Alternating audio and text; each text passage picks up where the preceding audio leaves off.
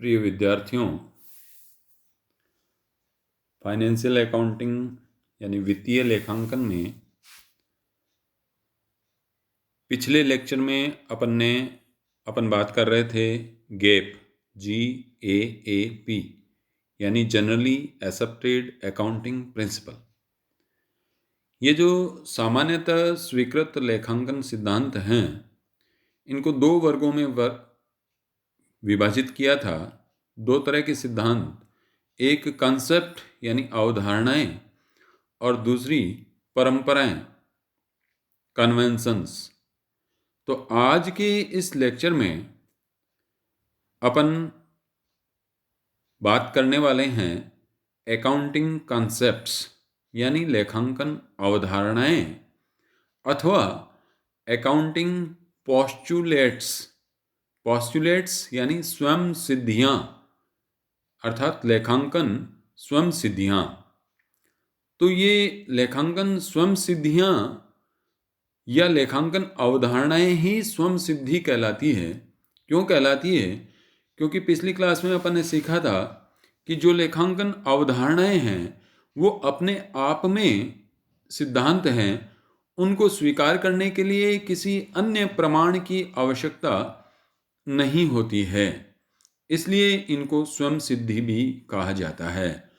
तो लेखांकन अवधारणाएं जो हैं वो या लेखांकन सिद्धांत जो हैं वो कौन कौन सी अवधारणाओं के रूप में सिद्धांत हैं, उनकी आज अपन चर्चा कर रहे हैं। आइए, सबसे पहले अकाउंटिंग कॉन्सेप्ट और पोस्टुलेट यानी अवधारणाएं या स्वयं सिद्धियों में सबसे पहली जो अवधारणा है वो है पृथक अस्तित्व अवधारणा, सेपरेट एंटिटी कॉन्सेप्ट, पृथक अस्तित्व अवधारणा। जैसा कि इसके नाम से स्पष्ट है, पृथक अस्तित्व, अस्तित्व मतलब होनापन, और पृथक यानी अलग, अलग अस्तित्व। किसका किससे अलग अस्तित्व? कि एक तो होता है व्यापार और एक होता है उसका व्यापारी, यानी एक होता है व्यवसाय, दूसरा होता है व्यवसायी। एक व्यवसाय और दूसरा उसका मालिक। तो ये व्यवसाय और व्यवसायी यानी व्यवसाय और व्यवसाय का जो मालिक है वो दोनों अलग अलग माने जाते हैं, क्योंकि दोनों का अलग अलग अस्तित्व है। तो इसी को हम कहते हैं पृथक अस्तित्व अवधारणा। लेखांकन की यह अवधारणा बहुत ही महत्वपूर्ण अवधारणा है। इसके अनुसार व्यवसाय एवं उसके स्वामी को अलग अलग माना जाता है। अतः व्यवसाय के लेखों में व्यवसायी का खाता खोला जाता है। व्यवसाय के लेखों में व्यवसायी का खाता खोला जाता है। जैसे अपन जानते हैं कैपिटल अकाउंट होता है। ये कैपिटल अकाउंट किसका खाता होता है? ये व्यवसाय के मालिक का खाता होता है। इसी तरीके से आहरण खाता, ड्राइंग्स अकाउंट होता है। ये ड्राइंग्स अकाउंट भी व्यवसायी का खाता होता है। तो ये कैपिटल अकाउंट, ड्राइंग्स अकाउंट, ये खोलने की आवश्यकता हमें क्यों पड़ती है? क्योंकि हम पृथक अस्तित्व अवधारणा या पृथक अस्तित्व रूपी सिद्धांत की पालना करते हैं, इसलिए अलग खाता खोलने की आवश्यकता होती है। यदि इस सिद्धांत को नहीं माना जाए तो व्यवसाय की आर्थिक स्थिति एवं आय की सूचना सही नहीं होगी। क्यों सही नहीं होगी? क्योंकि व्यवसाय और व्यवसायी दोनों के खर्चों को मिला दिया जाए, दोनों की संपत्तियों को मिला दिया जाए, दोनों के दायित्वों को मिला दिया जाए, तो फिर हमें पता नहीं चलेगा कि कितने दायित्व या कितने खर्चे तो व्यवसाय के हैं और कितने दायित्व और कितने खर्चे व्यवसाय के मालिक के हैं। इसलिए यदि इस अवधारणा की पालना नहीं की जाती है तो व्यवसाय की आर्थिक स्थिति और आय की सूचना सही नहीं होगी। तो व्यवसाय एवं व्यवसायी के खर्चे, आय, संपत्तियां, दायित्व मिले हुए होंगे। कब मिले हुए होंगे? जबकि इस अवधारणा की पालना नहीं की जाती है। तो इसे कहते हैं पृथक अस्तित्व की अवधारणा। इसके बाद दूसरी जो महत्वपूर्ण अवधारणा है वो है मुद्रा माप संबंधी अवधारणा। लेखांकन में माप की इकाई मुद्रा ही होती है। किसी भी लेखांकन हो अथवा कोई अन्य क्षेत्र हो, कहीं कोई न कोई मेजरमेंट की एक यूनिट होती है। जैसे लंबाई मापनी है तो मीटर या फुट मेजरमेंट की इकाई होती है। तो इसी तरीके से लेखांकन यानी लेखा संबंधी सूचनाओं का आदान प्रदान यदि करना है तो एक मेजरमेंट की यूनिट होती है, और वो मेजरमेंट की यूनिट, अकाउंटिंग में मेजरमेंट की यूनिट कौन सी होती है? वो है मुद्रा, मनी। अतः अतः केवल उन घटनाओं और व्यवहारों का ही लेखा किया जाता है जो मुद्रा में मापनीय हो। यही ये सिद्धांत क्या कहता है कि लेखांकन में केवल उन घटनाओं को दर्ज कीजिए, लेखांकन में केवल उन व्यवहारों को रिकॉर्ड करिए जिनका मुद्रा में मापा जाना जरूरी है, जिनको मुद्रा में मापा जा सकता है। और इस सिद्धांत के अनुसार ही कर्मचारियों की कर्तव्य निष्ठा का लेखा नहीं किया जाता है। कर्मचारियों की कर्तव्य निष्ठा, कर्मचारियों की ईमानदारी, इनको कहीं पर भी नहीं लिखा जाता। क्यों नहीं लिखा जाता? क्योंकि कर्मचारियों की कर्तव्य निष्ठा को मुद्रा में नहीं मापा जा सकता। अर्थात हम ये नहीं कह सकते कि कोई कर्मचारी यदि कर्तव्यनिष्ठ है, व्यापार के प्रति समर्पित है, तो वो कितने रुपए के लिए समर्पित है, ऐसा नहीं होता है। इसलिए हालांकि कर्मचारियों की ईमानदारी और कर्तव्य निष्ठा से बिजनेस में बहुत प्रॉफिट होता है। यदि बेईमान कर्मचारी हमारे बिजनेस में हैं तो उससे प्रॉफिट की जगह नुकसान भी, लॉस भी हो सकता है। लेकिन प्रॉफिट और लॉस होने के बावजूद चूंकि उसे मुद्रा में नहीं माप सकते, इसलिए ऐसी चीज़ें अकाउंटिंग में नहीं लिखी जाती है, शामिल नहीं की जाती है। तीसरी जो महत्वपूर्ण अवधारणा है वो है निरंतरता की अवधारणा अथवा सततता। निरंतरता अथवा सततता और अथवा चालू व्यवसाय अवधारणा, गोइंग कंसर्न कंसेप्ट, बहुत महत्वपूर्ण कंसेप्ट है। इस सिद्धांत के अनुसार लेखांकन करते समय यह माना जाता है कि व्यवसाय निरंतर एवं लंबी अवधि तक चलता रहेगा।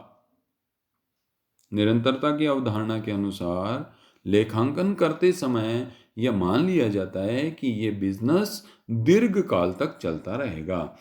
अगर इस अवधारणा को नहीं माने, इसे नहीं मानने पर लेखों में व्यक्तिपरकता आ जाती है। व्यक्तिपरकता यानी पर्सनल इफेक्ट आ जाता है, ऑब्जेक्टिविटी नहीं रहती है।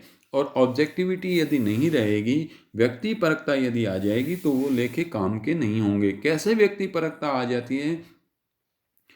कि व्यवसाय लंबी अवधि तक चलता रहेगा यह मानते हुए संपत्तियों को उनकी लागत अथवा लागत में से डेप्रिसिएशन घटाकर अपलिखित मूल्य पर लिखा जाता है। और यदि ये नहीं माना जाए कि व्यवसाय लंबी अवधि तक चलेगा, तब ऐसी स्थिति में संपत्तियों को उनके वर्तमान बाजार मूल्य पर लिखा जाएगा। और वर्तमान मूल्य जो होता है वो व्यक्ति अपने हिसाब से अलग अलग लगाएगा। इसलिए वही संपत्ति, उसी कंडीशन की संपत्ति एक बिजनेस में अलग मूल्य दिखाएगी, दूसरे बिजनेस में अलग मूल्य दिखाएगी। इस तरीके से व्यक्ति परकता आने से वो लेखे काम के नहीं रहेंगे। चौथी अवधारणा है लागत की अवधारणा, कॉस्ट कंसेप्ट। ये निरंतरता अथवा सततता की अवधारणा पर आधारित है। इस लागत अवधारणा के अनुसार संपत्तियों को लागत मूल्य अथवा हास योग्य संपत्तियों को अपलिखित मूल्य पर दिखाया जाता है। चालू बाजार मूल्य या प्रतिस्थापन मूल्य पर नहीं दिखाया जाता है। इस अवधारणा का पालन होने से लेखों में वस्तुपरकता यानी ऑब्जेक्टिविटी एवं प्रमाणनीयता का गुण आता है। देखिए, लागत की अवधारणा या लागत का सिद्धांत क्या बतलाता है कि व्यवसाय में संपत्तियों को लागत मूल्य पर लिखा जाना चाहिए। यही निरंतरता की अवधारणा के आधार पर होता है। अगर किसी संपत्ति पर डेप्रिसिएशन लग रहा है तो ऐसी संपत्ति में के लागत में से डेप्रिसिएशन को घटाकर अपलिखित मूल्य यानी रिटर्न डाउन वैल्यू पर लिखा जाएगा। अगर लागत की अवधारणा की पालना करते हैं तो लेखों में दो गुण आते हैं, एक वस्तुपरकता का गुण और एक प्रमाणनीयता का गुण। तो क्वेश्चन ये होता है कि कौन सी ऐसी अवधारणा है जिससे वस्तुपरकता और प्रमाणनीयता लेखों में आती है। तो वो लागत की अवधारणा है जिसके कारण से लेखों में ऑब्जेक्टिविटी और वेरीफिएबिलिटी का गुण आता है। अगली जो अवधारणा है वो है द्विपक्ष अवधारणा, ड्यूल एस्पेक्ट कंसेप्ट। बहुत ही महत्वपूर्ण सिद्धांत है लेखांकन का ये। इस सिद्धांत के अनुसार किसी भी व्यवहार अथवा लेन देन का दो पक्षों पर समान प्रभाव पड़ता है। दो पक्ष कौन कौन से? एक डेबिट पक्ष और एक क्रेडिट पक्ष। तो डेबिट पक्ष और क्रेडिट पक्ष पर दोनों पर बराबर बराबर इफेक्ट पड़ता है। जैसे माल खरीदा तो परचेज और बैंक या कैश, इन दोनों पर बराबर बराबर प्रभाव पड़ता है। और इसी द्विपक्ष अवधारणा के आधार पर ही दोहरा लेखा प्रणाली आधारित है। और तीसरी बात कि लेखांकन समीकरण, अकाउंटिंग इक्वेशन क्या होता है? एसेट्स इक्वल्स टू इक्विटीज या एसेट्स संपत्तियां बराबर पूंजी प्लस दायित्व। ये जो लेखांकन समीकरण है वो लेखांकन समीकरण भी इसी अवधारणा पर आधारित है। और इसी द्विपक्ष अवधारणा के आधार पर ही द्विपक्ष अवधारणा या द्विपक्ष के सिद्धांत को मानने के कारण ही तलपट और चिट्ठे का योग बराबर होता है। यदि तलपट का योग बराबर नहीं है, चिट्ठे का योग बराबर नहीं है, तो कोई अकाउंटिंग एरर है, लेखांकन अशुद्धि है। लेकिन ये बराबर क्यों होता है? क्योंकि हम द्विपक्ष अवधारणा की पालना कर रहे होते हैं। यदि द्विपक्ष अवधारणा की पालना नहीं करें तो तलपट का योग बराबर होना जरूरी नहीं है। फिर लेखों में गणितीय अशुद्धि की जांच भी किया जाना संभव नहीं है। इसलिए यदि हम तलपट बना करके लेखों की शुद्धता की जांच करना चाहें तो ये जरूरी है कि द्विपक्ष अवधारणा की पालना हम करें। अगली अवधारणा जो है उसका नाम है आगम मान्यता अथवा वसूली की अवधारणा। बहुत महत्वपूर्ण अवधारणा है। इस अवधारणा के जैसा कि नाम है कि आगम मान्यता, यदि किसी बिजनेस में कोई इनकम होती है, आय होती है, तो उस आय को कब आय के रूप में माना जाए, ये आगम मान्यता या वसूली अवधारणा हमें बताती है। कंसेप्ट ऑफ रेवेन्यू, रिकॉग्निशन और रियलाइजेशन कंसेप्ट। इस सिद्धांत के अनुसार व्यवसाय में आय का उपार्जन या आय कमा ली गई है, आय का अर्जन तब माना जाता है जबकि माल अथवा सेवा सुपुर्द कर दी जाती है। जैसे ही माल की डिलीवरी होगी, जैसे ही कोई सेवा हमने दे दी, वैसे ही आय अर्जित मान ली जाती है, आय कमा ली गई है ये मान लिया जाता है, भले ही वो नगद में प्राप्त हो अथवा नगद में प्राप्त न हो। परंतु इस सिद्धांत के कुछ अपवाद हैं। अपवाद अर्थात ये ऐसी स्थितियां हैं जिनमें माल या सेवा को सुपुर्द करने पर आय अर्जित नहीं मानी जाती है, उससे पहले या उसके बाद में आय अर्जित मानी जाती है। तो पहला अपवाद है कि उत्पादन पूर्ण होते समय ही आगम को मान्यता दे दी जाती है, अर्थात जैसे ही प्रोडक्शन कंप्लीट हुआ वैसे ही आय अर्जित हो गई है, आय कमा ली गई है, ऐसा मान लिया जाता है। कौन सी ऐसी स्थिति है? जबकि पूर्व में समझौता हो चुका हो, किसी माल को बनाया और बनाने से पहले ही समझौता हो गया कि जो माल बनेगा वो सारा का सारा मिस्टर एक्स को देंगे। अब इस समझौते के होने के बाद यदि प्रोडक्शन होता है तो जैसे ही उत्पादन का कार्य पूरा हुआ वैसे ही इनकम मान ली जाती है। दूसरी बात, दीर्घकालीन ठेके जो होते हैं, लॉन्ग टर्म कॉन्ट्रैक्ट, दीर्घकालीन ठेकों के संबंध में उत्पादन पूर्ण होने से पहले ही आगम को मान्यता दे दी जाती है कि ये ऐसे ठेके हैं, जैसे बिल्डिंग बनाने का ठेका है, पुल बनाने का ठेका है, ये लॉन्ग टर्म कॉन्ट्रैक्ट होते हैं। तो ऐसे ठेकों का कार्य कई सालों तक चलता रहता है, और कई सालों तक यदि पैसा या इनकम अर्जित नहीं मानी जाए या पैसा प्राप्त नहीं हो तो आगे का काम पूरा करना मुश्किल हो जाता है। इसलिए जितना जितना जैसे जैसे काम कंप्लीट होता है, उस अनुपात के आधार पर अनुमान लगाते हुए इनकम को मान्यता दे दी जाती है, अर्थात इनकम मान ली जाती है। और तीसरी स्थिति है कि जहां आय की प्राप्ति अनिश्चित हो, इनकम रिसीव्ड होगी कि नहीं होगी अनिश्चित है, वहां पर केवल नगद वसूली होने पर ही आगम मानी जाती है, यानी आय मानी जाती है। जब तक पैसा नगद वसूल नहीं हुआ तब तक आय नहीं मानी जाएगी। तो ये कुछ अपवाद हैं इस नियम के, और इन अपवादों की जो स्थितियां हैं उनको छोड़कर बाकी सभी सामान्य स्थितियों में इस सिद्धांत के अनुसार व्यवसाय में आय कमा ली गई है, अर्जित हो गई है, ये कब माना जाएगा? जबकि माल या सेवा सुपुर्द कर दी जाती है। अगली मान्यता है आय व्यय के मेल या मिलान की अवधारणा, मैचिंग कंसेप्ट। और ये अवधारणा, जैसा इसका नाम है, मिलाना है। किसको? आय को व्यय से। कैसे मिलाना है? कि जिस समय की आय है उसी समय के खर्चे होने चाहिए। जैसे 1 अप्रैल 2019 से लेके 31 मार्च 2020 तक की यदि इनकम हम ले रहे हैं तो उस इनकम के अगेंस्ट में हमें 1 अप्रैल 2019 से 31 मार्च 2020 तक के ही खर्चे लेने हैं। अर्थात आय और व्यय दोनों की अवधि, दोनों का समय बिल्कुल समान होना चाहिए। यदि ये समान अवधि के होने चाहिए, इसी कारण से आउटस्टैंडिंग, आदत, पूर्वदत्त, प्रीपेड, अग्रिम, एडवांस आदि समायोजन जो हम वर्ष के अंत में करते हैं, आउटस्टैंडिंग का समायोजन करते हैं। आउटस्टैंडिंग वेजेज की एंट्री आप लोग बहुत अच्छे से जानते हैं।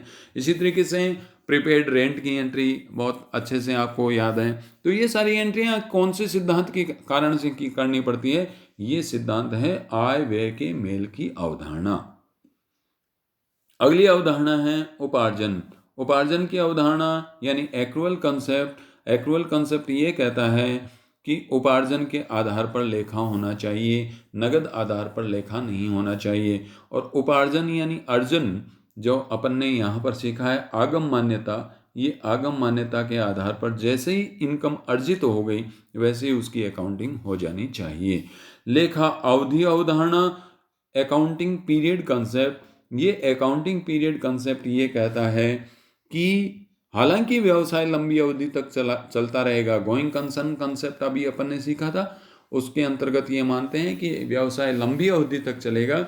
तो व्यवसाय लंबी अवधि तक चलेगा, उसके बावजूद एक निश्चित निर्धारित समय के बाद लेखे बनाने होते हैं और लेखों को एक तरह से बंद करना होता है, उनका बैलेंस ट्रांसफर करना होता है, बैलेंस शीट बनानी होती है, और वो सामान्यतः 12 माह की अवधि होती है। ये लेखा अवधि अवधारणा के आधार पर अकाउंटिंग पीरियड, और अकाउंटिंग पीरियड सामान्यतः 12 माह का माना जाता है। तो आज के इस लेक्चर में हमने चर्चा की है अकाउंटिंग कंसेप्ट या अकाउंटिंग पोस्टुलेट, लेखांकन अवधारणाएं और लेखांकन स्वयं सिद्धियां। ये सारे के सारे लेखांकन सिद्धांत हैं, और किस सिद्धांत का कहाँ और कैसे इफेक्ट होता है लेखों में, ये सारी चीज़ें अपन ने चर्चा की है। इसके बाद अगले लेक्चर में आगे की बातें अपन करेंगे। तब तक के लिए धन्यवाद।